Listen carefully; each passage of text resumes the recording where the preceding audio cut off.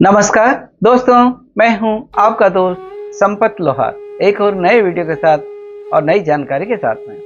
मित्रों, आज हम धर्म, अध्यात्म और संस्कृति में चर्चा करेंगे एक बहुत ही महत्वपूर्ण व्रत के बारे में है, और वो है परमा एकादशी का व्रत। परमा एकादशी कब आती है, इसके करने से क्या फायदा होता है या क्या इसका महात्म्य है, इससे पीछे जुड़ी हुई पौराणिक कथा क्या है, वो सारी जानकारी जो हमारी आस्था, हमारी मान्यता पर आधारित है, हम आपके बीच में साझा करने का प्रयास कर रहे हैं। मित्रों, हम जानते हैं कि वर्ष में 24 एकादशी आती हैं, लेकिन अगर किसी वर्ष यानी अधिक मास आता है, यानी करीब 32 महीने के बाद में अधिक मास आता है, तो जिस वर्ष में अधिक मास आता है उस वर्ष 24 की जगह 26 एकादशी आ जाती है, और अधिक मास की जो कृष्ण पक्ष की एकादशी आती है उसे परमा एकादशी कहते हैं या पुरुषोत्तम एकादशी भी कहते हैं। जैसे कृष्ण अधिक मास के जो शुक्ल पक्ष की एकादशी है उसे पद्मनी एकादशी कहते हैं, ठीक उसी तरह से अधिक मास के कृष्ण पक्ष की जो एकादशी आती है उसे परमा एकादशी कहते हैं। इस एकादशी का व्रत करने से, यानी जब कोई मनुष्य विधि विधान के अनुसार एकादशी का व्रत करता है तो उसे बहुत ही उत्तम फल की प्राप्ति होती है, यानी उसकी दरिद्रता दूर होती है, सारे पाप नष्ट होते हैं, और इस लोक का सुख भोगने के बाद में अंततः वो मोक्ष को प्राप्त करता है। तो ये तो इस महात्म्य है इस व्रत करने का। इससे जुड़ी हुई एक पौराणिक कथा आती है, हम आपके बीच में साझा कर रहे हैं। यही बात एक बार धर्मराज युधिष्ठिर भगवान श्री कृष्ण से पूछते हैं कि हे जनार्दन, अधिक मास के जो कृष्ण पक्ष की एकादशी आती है उसे क्या कहते हैं और उसका क्या महात्म्य है और उसके पीछे जुड़ी हुई कथा क्या है। तो भगवान श्री कृष्ण युधिष्ठिर से कहते हैं कि अधिक मास के कृष्ण पक्ष की जो एकादशी आती है उसे परमा एकादशी कहते हैं। इस व्रत को करने से मनुष्य सारे पापों से मुक्त होता है, उसकी दरिद्रता दूर होती है और अंततः मोक्ष को प्राप्त करता है। प्राचीन समय की बात है कि एक काम्पिल्य नामक एक बहुत ही सुंदर नगर था। उस नगर में एक ब्राह्मण जिसका नाम था सुमेधा और उसकी पत्नी जिसका नाम था पवित्रा, दोनों उस नगर में रहते थे। जैसे ब्राह्मण की पत्नी का नाम था पवित्रा, उसी तरह से उसका व्यवहार, उसका आचरण भी था कि बहुत ही पवित्र पतिव्रता स्त्री थी। ब्राह्मण और ब्राह्मणी दोनों ही अब विधि विधान के अनुसार पूजा अर्चना करते रहते थे, लेकिन वो बहुत दरिद्र थे। न जाने पूर्व जन्म की क्यों कोई कष्ट पाप रहे होंगे, जिसके कारण वो बहुत ही दरिद्रता के साथ जीवन जी रहे थे, यहाँ तक कि उनका जीवन का गुजारा करना भी मुश्किल हो रहा था। लेकिन ब्राह्मणी और ब्राह्मण जब भी कोई घर पे कोई अतिथि आता या कोई आता तो उसको अवश्य ही भोजन कराते, चाहे उनके घर में कुछ भी नहीं हो, लेकिन जो भी होता वो उनको अच्छी तरह से भोजन कराते। चाहे ब्राह्मणी अपने अतिथि को भोजन कराती और चाहे वो स्वयं भूखा रह जाती या भूखी ही रात्रि में सो जाती, लेकिन घर पर कोई भी आता तो उसको कभी भी वो भूखा नहीं जाने देती थी। बहुत ही विधान अनुसार रहते थे।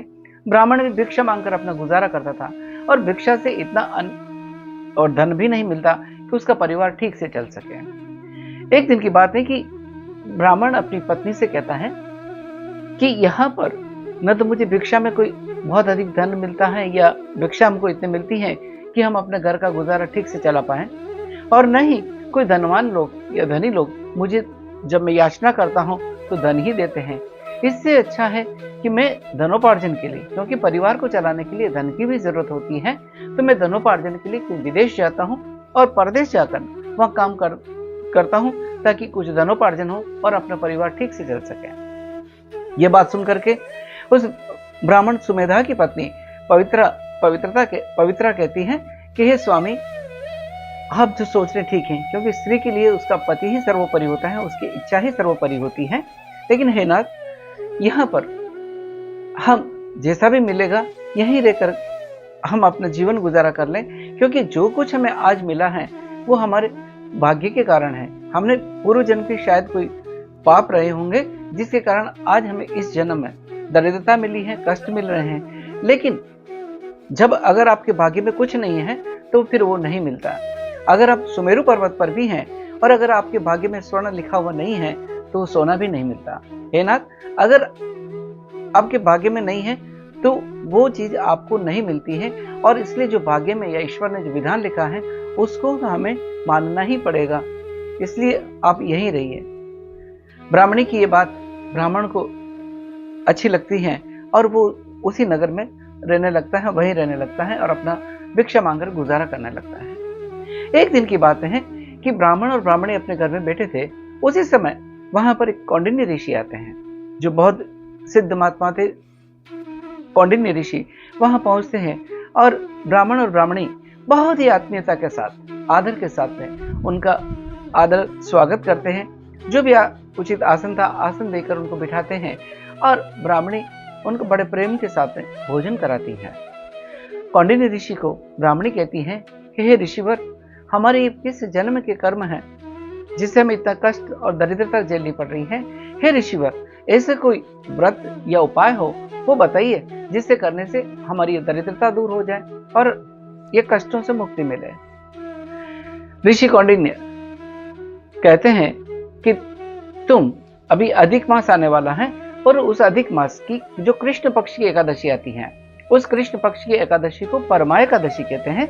आप दोनों ही पति पत्नी उसको विधि विधान के अनुसार उस परमा एकादशी का व्रत करो, और उस व्रत को करने से व्रत करो और फिर रात्रि जागरण करके उस व्रत को करें, विधि अनुसार व्रत करें, और इससे अवश्य ही तुम्हें उत्तम फल प्राप्त होगा। क्योंकि इसी व्रत का प्रभाव था, परमादशी की एकादशी का ही व्रत का प्रभाव था, जिसके कारण धनाधिपति कुबेर को भगवान भोलेनाथ ने धनाध्यक्ष का पद दिया था। यह इसी व्रत का प्रभाव था कि जिसके कारण सत्यवादी राजा हरिश्चंद्र को अपना खोया हुआ राज्य, पुत्र और पत्नी वापस मिले थे। इसलिए इस एकादशी के व्रत का बहुत महात्म्य है। तुम इसका विधि अनुसार व्रत करो। इस तरह से ऋषि कौंडिन्य उनको व्रत का विधान बताकर वहां से चले जाते हैं। कुछ समय बाद में अधिक मास आता है, और अधिक मास की जब कृष्ण पक्ष की एकादशी आती है तो वो उसका विधि विधान के अनुसार व्रत करते हैं। क्योंकि जैसा ऋषि कौंडिन्य ने कहा था वैसा ही वो करने का प्रयास करते हैं। और जैसा ऋषि कौंडिन्य ने यह भी कहा था कि जो परमा एकादशी का व्रत करता है और उस दिन प्रातः उठकर संकल्प लेकर अगर पंचरात्रि का व्रत करता है तो उसका फल और भी उत्तम होता है। यानी पंचरात्रि यानी उस एकादशी से प्रारंभ होकर 5 रात्रि तक, 5 दिनों तक अगर व्रत किया जाए, यानी अगर 5 दिनों तक निर्जल रहकर अगर व्रत किया जाता है तो मनुष्य को अपने स्वयं और अपनी स्त्री और माता पिता के साथ में वैकुंठ में स्थान मिलता है। अगर एक टक भोजन करके, रात्रि के शांति के समय के भोजन करके अगर ये व्रत किया जाता है, रात्रि का व्रत किया जाता है, तो उस दिन तो उस मनुष्य को वैकुंठ में स्थान मिलता है। यानी कि इस एकादशी के साथ में और अगर पंचरात्रि का भी व्रत किया जाए तो वो बहुत ही उत्तम होता है। इस तरह से वो ऋषि कौंडिन्य उनको बताकर चले जाते हैं। और ब्राह्मण और ब्राह्मणी एकादशी आने पर, अधिक मास की कृष्ण पक्ष की एकादशी आने पर उसका विधि विधान के अनुसार पंचरात्रि का व्रत करने का संकल्प लेते हैं। प्रातःकाल उठते हैं, भगवान श्री हरि की पूजा करते हैं और व्रत विधि विधान अनुसार व्रत प्रारंभ करते हैं पंचरात्रि तक। इन्हें 5 दिनों तक व्रत का प्रारंभ करते हैं।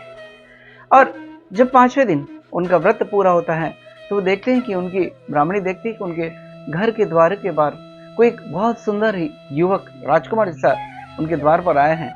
और वो युवक, वो राजकुमार उस ब्राह्मण और ब्राह्मणी को ब्रह्मा जी की कृपा से एक बहुत ही सुंदर महल देता है जिसमें सब तरह की सुविधाएं थी। और इस तरह से उस ब्राह्मण और ब्राह्मणी को एक बहुत सुंदर महल और उसमें सारी सुविधाएं युक्त महल मिलता है। और इनकी आजीविका के लिए वही राजकुमार उनको एक पूरा गांव देता है ताकि वो अपनी जीविका का निर्वाह कर सकते हैं। ये उस परमा एकादशी का प्रभाव था कि उस व्रत को पूर्ण होते ही स्वयं भगवान आते हैं, एक राजकुमार के रूप में आते हैं और ब्राह्मण और ब्राह्मणी की दरिद्रता को दूर करते हैं। इस तरह से ब्राह्मण और ब्राह्मणी इस व्रत के प्रभाव से जिनकी दरिद्रता दूर होती है, सुखपूर्वक कई लंबे वर्षों तक जीवित रहते हैं और अंत में वैकुंठ को जाते हैं। तो यह है इस परमा एकादशी का व्रत का महत्व। यानी अधिक मास की जो कृष्ण पक्ष की एकादशी आती है उसका बहुत महत्व है। मित्रों, अगर आपको ये वीडियो अच्छा लगा है तो इस वीडियो को लाइक करें, शेयर करें, कमेंट करें। और अगर अभी तक आपने हमारे चैनल को सब्सक्राइब नहीं किया है तो आज ही चैनल को सब्सक्राइब करें और अपने कमेंट बॉक्स में जरूर लिखें कि आपको हमारा ये वीडियो कैसा लगा। इसी के साथ आपके दोस्त संपत लोहार को इजाजत दीजिए। जय हिंद, जय भारत, जय श्री कृष्ण। सबका मंगल हो।